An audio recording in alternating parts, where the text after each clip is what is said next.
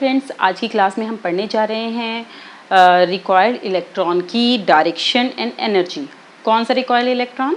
Compton effect में जो photon incident होता है जिस इलेक्ट्रॉन पर, तो वो रिकॉइल होके किस डायरेक्शन में जाएगा, आज हम इसको भी देखेंगे और साथ में उसकी एनर्जी को भी फाइंड आउट करेंगे कि उसके अंदर फोटोन कितनी एनर्जी को डाल देगा स्कैटरिंग के थ्रू।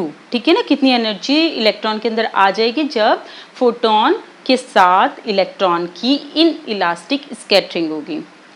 तो फ्रेंड्स स्टार्ट करते हैं। ये देखिए, अगर हम कॉम्पटन इफेक्ट देखें तो ये इलेक्ट्रॉन है, इलेक्ट्रॉन पे ये फोटोन इंसिडेंट हो रहा है और ये स्कैटर्ड फोटोन है और ये रिकॉइल्ड इलेक्ट्रॉन है। ठीक है फ्रेंड्स, एच न्यू एनर्जी का फोटोन था, एच न्यू डैश एनर्जी का फोटोन स्कैटर हुआ है क्योंकि कुछ एनर्जी उसने इलेक्ट्रॉन को दे दी है तो एनर्जी उसकी कम हो गई है। तो ये न्यू फ्रीक्वेंसी न्यू डैश है जिसमें जो इंसिडेंट फोटोन की फ्रीक्वेंसी से कम होगी।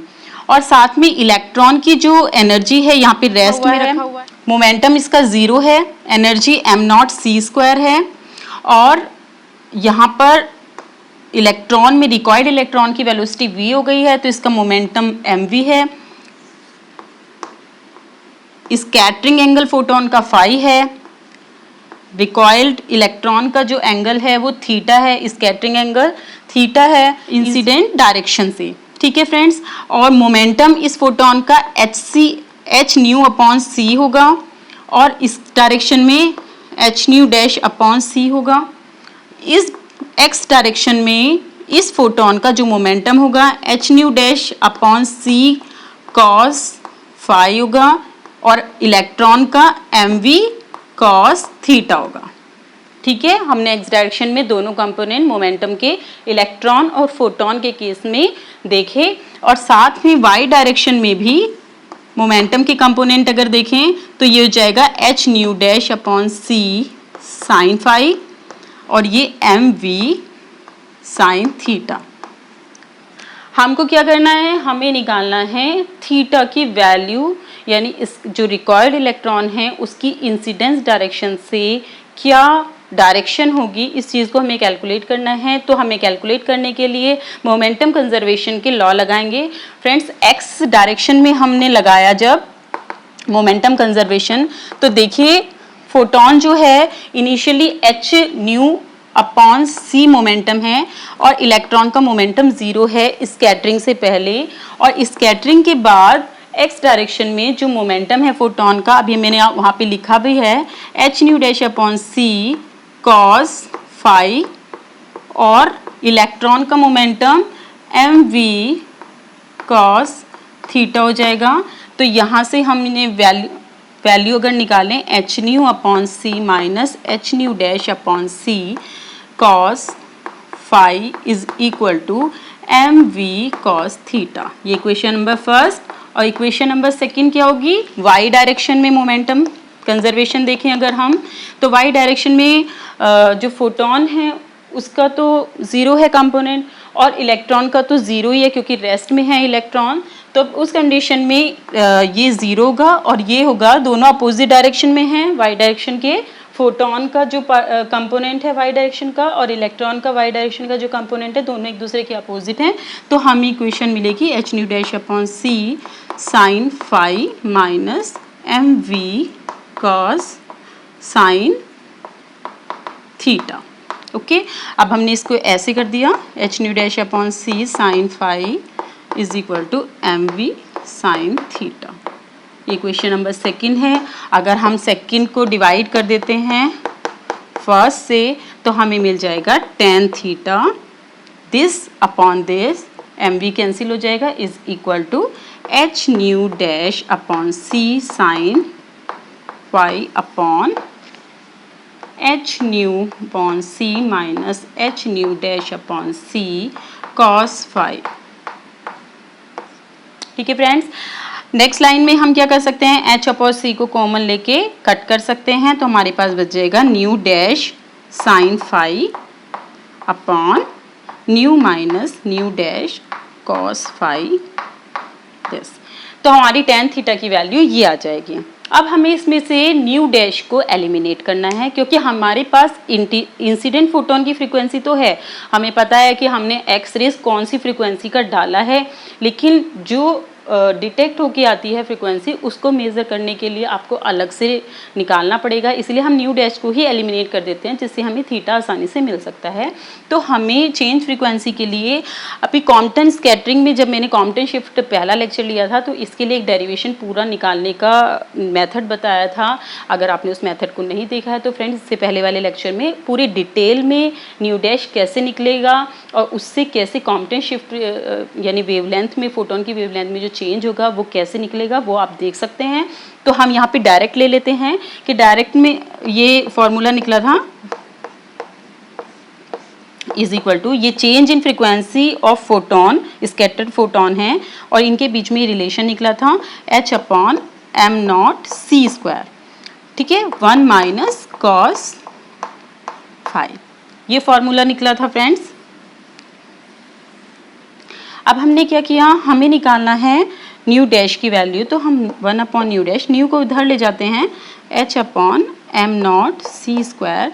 फ्रेंड्स, इसको हम लिख सकते हैं 2 साइन स्क्वायर 5/2, कोई प्रॉब्लम नहीं है, क्योंकि कॉस फाई को हम 1 माइनस 2 साइन स्क्वायर 5/2 लिख सकते हैं, तो वहाँ से 1 कैंसिल होकर ये निकल जाएगा और हमने इधर प्लस 1 अपॉन न्यू कर दिया है, ठीक है।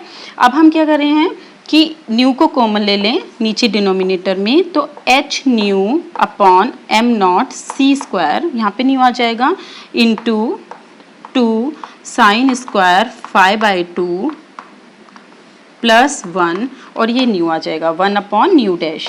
तो यहाँ से अगर हम न्यू डैश की वैल्यू निकालें तो न्यू डैश हमारा आ जाएगा, ये हम नेक्स्ट एक्सप्रेशन में भी यूज़ करेंगे इसलिए हम यहाँ लिख लेते हैं, तो न्यू डैश हमारा आ जाएगा h न्यू अपॉन, देखिए friends, h upon m naught c square को h न्यू हम एक कंसिडर करते हैं, बीटा इज इक्वल टू है h nu upon m naught c square, beta के इक्वल है, तो हम हमारा वो आसान हो जाएगा, इसे हम बीटा लिख देते हैं 2 बाहर साइन स्क्वायर 5/2, ओके, और ये हमारा प्लस 1, ये न्यू डैश की वैल्यू आ गई है। इसको हम नेक्स्ट एनर्जी कैलकुलेट करने में भी यूज़ करेंगे, इसलिए हमने इसको अलग निकाल दिया है। अब हमारे पास न्यू डैश की वैल्यू आ गई है इस वाले एक्सप्रेशन से, तो हमने इसको हटा देते हैं अब, ठीक है, इसका कोई काम नहीं है, हमारे पास सीधे फॉर्मूला आ चुका है, हम उसको यूज़ करेंगे। तो हम यहाँ पे इस इक्वेशन में न्यू डैश की वैल्यू वहाँ से रखेंगे। हम क्या कर रहे हैं, न्यू डैश की वैल्यू रख रहे हैं, तो new upon 2 beta sine square 5/2 plus 1 और ये हो जाएगा न्यू माइनस न्यू डैश की value new upon 2 beta sine square 5/2 plus 1 cos, ये वाला टर्म है कॉस 5, ठीक है फ्रेंड्स। अब हम नेक्स्ट देखते हैं, इसमें अगर हम न्यू कॉमन लेके इससे कैंसिल कर देंगे तो हमारे पास बचेगा, यहाँ पे साइन 5 भी है न्यू के साथ, तो साइन 5 भी लिखना है, तो ऊपर बचेगा साइन 5, डिनोमिनेटर भी हम हटा देंगे क्योंकि यहाँ से हम इसमें कॉमन लेने वाले हैं, तो ये हमारे पास बच जाएगा 2 beta sine square 5/2 plus 1 minus cos 5, ये डिनोमिनेटर भी खत्म हो चुका है।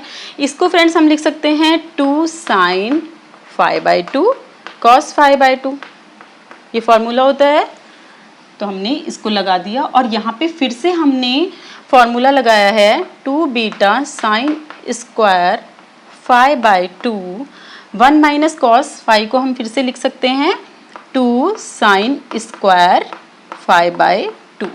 आई थिंक कोई प्रॉब्लम नहीं है, जैसे हमने पहले किया था तो ऐसे ही हमने दोबारा से कर दिया है। और अब हम इस वाले एक्सप्रेशन में से साइन स्क्वायर 5/2 अगर कॉमन ले लें तो हमारे पास 2 sine 5/2 cos 5/2 upon 2 sine square 5/2 आपने कॉमन लिया है, अंदर ब्रैकेट में बच जाएगा बीटा प्लस 1, ओके फ्रेंड्स, अब हमने 2 से 2 कैंसिल, इससे ये एक कैंसिल हो जाएगा, तो हमारे पास जो बच रहा है एक्सप्रेशन वो हो जाएगा cos 5/2 अपॉन sin 5/2 को हम cot 5/2 लिख सकते हैं अपॉन बीटा प्लस 1। फ्रेंड्स, अगर आपको याद हो बीटा हमने क्या लिया था, h न्यू, यहाँ पे हमने लिया था इसको, तो हम यहाँ पे अब लगा सकते हैं इसको cot 5/2 upon h nu upon m naught c square plus 1। ये एक्सप्रेशन आया है फ्रेंड्स tan थीटा की वैल्यू, और tan थीटा से हम थीटा की वैल्यू निकाल सकते हैं। तो अब हम रिजल्ट को डिस्कस करेंगे। देखिए, जो फोटोन की डायरेक्शन है स्कैटरिंग की ये फाई है, तो रिकॉइल्ड इलेक्ट्रॉन की जो डायरेक्शन होगी वो फाई के ऊपर डिपेंड करेगी। इस एक्सप्रेशन से ही पता चलता है कि फोटोन जिस डायरेक्शन में स्कैटर हो रहा है उसके हिसाब से रिकॉइल्ड इलेक्ट्रॉन की डायरेक्शन होगी। तो हम इसको हटा के इसका रिजल्ट डिस्कस करते हैं।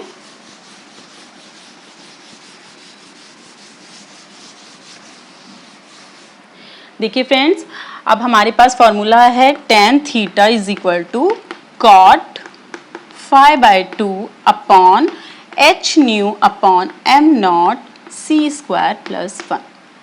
ठीक है, तो अब हम अगर देखें इस इक्वेशन में, तो अगर फाई की वैल्यू आप 0 लेते हैं, फाई 0 लेंगे तो ये पूरी क्वांटिटी 0 हो जाएगी, तो थीटा की वैल्यू कितनी हो जाएगी, 90 डिग्री। तो यानी कि अगर इंसिडेंट फोटोन ये है और अगर ये स्कैटर होता है, सीधे निकल जाता है, तो ये इलेक्ट्रॉन इस डायरेक्शन में आ जाएगा। और अगर फाई की वैल्यू 180 लेते हैं, तो अगर 180 है तो 180/2 cot 90, ये इन्फिनिटी होगा, तो tan थीटा कितना हो जाएगा, 0। ठीक है, तो तब उसकी डायरेक्शन कितनी हो जाएगी, रिकॉइल। यानी कि अगर फोटोन ऐसे गया और इसी डायरेक्शन में स्कैटर होके आ गया, तो इलेक्ट्रॉन इस डायरेक्शन में स्कैटर हो जाएगा। दोनों के बीच में इनइलास्टिक स्कैटरिंग होगी और दोनों एक दूसरे से अपोजिट डायरेक्शन में जाएंगे।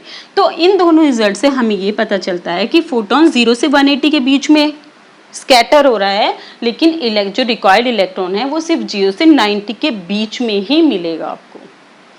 ठीक है फ्रेंड्स, तो अभी हमने रिजल्ट निकाल लिया है कि जो रिकॉइल्ड इलेक्ट्रॉन है उसकी डायरेक्शन के लिए ये फार्मूला है, और साथ में ये फाई के ऊपर डिपेंड करता है, और रिकॉइल्ड इलेक्ट्रॉन हमेशा 0 से 90 डिग्री के बीच में ही आपको मिलने वाला है। अब हम सेकेंड पार्ट में एनर्जी ऑफ द रिकॉइल्ड इलेक्ट्रॉन निकालेंगे। तो इसके लिए आप देखिए, जो इलेक्ट्रॉन है, फोटोन है, इंसिडेंट फोटोन, उसकी एनर्जी h न्यू है, और जो एनर्जी कम हुई है h न्यू डैश, तो ये बाद में फाइनल एनर्जी हो गई है। तो इन दोनों का जो डिफरेंस होगा वही एनर्जी होगी इलेक्ट्रॉन की। ठीक है फ्रेंड्स, तो आपने h कॉमन लिया, न्यू माइनस न्यू डैश की वैल्यू तो आपने भी यहाँ से निकाली थी ना, तो h nu upon 2 beta sine square 5/2 plus 1, और इसमें हमने अगर h न्यू कॉमन लिया है तो ये हो जाएगा 1 minus 1 upon 2 beta sine square 5/2 plus 1। और अगर हम इसको थोड़ा सा सॉल्व करना चाहें तो ये 2 बीटा साइन स्क्वायर 5/2 इसे इधर ले गए, प्लस 1 माइनस 1 हो जाएगा, तो upon 2 beta sine square 5/2 plus 1। Friends, इसमें बीटा क्या है ये स्पेसिफाई करना जरूरी है, h nu upon m naught c square. ठीक है, तो हमने ये रिकॉइल्ड इलेक्ट्रॉन की एनर्जी के लिए भी एक्सप्रेशन निकाल लिया है, और ये भी पता चल रहा है इससे कि रिकॉइल्ड इलेक्ट्रॉन की एनर्जी भी फाई के ऊपर डिपेंड करती है। फाई जिस तरह हिसाब से चेंज होता चला जाएगा उसी हिसाब से रिकॉइल्ड इलेक्ट्रॉन की एनर्जी भी चेंज होती चली जाएगी। ठीक है फ्रेंड्स, इस एक्सप्रेशन में केवल मैथमेटिकल कैलकुलेशन है। नेक्स्ट लेक्चर में मैं आपको कॉम्पटन इफेक्ट और फोटो इलेक्ट्रिक इफेक्ट, इन दोनों के बीच में क्या डिफरेंस है वो समझाने वाली हूँ, तो वो आप जरूर देखिएगा लेक्चर। और साथ में एक्सपेरिमेंटल वेरिफिकेशन जो किया था कॉम्पटन ने, वो भी हम डिस्कस करेंगे उससे नेक्स्ट लेक्चर में, तो आप जरूर देखिएगा। Thank you.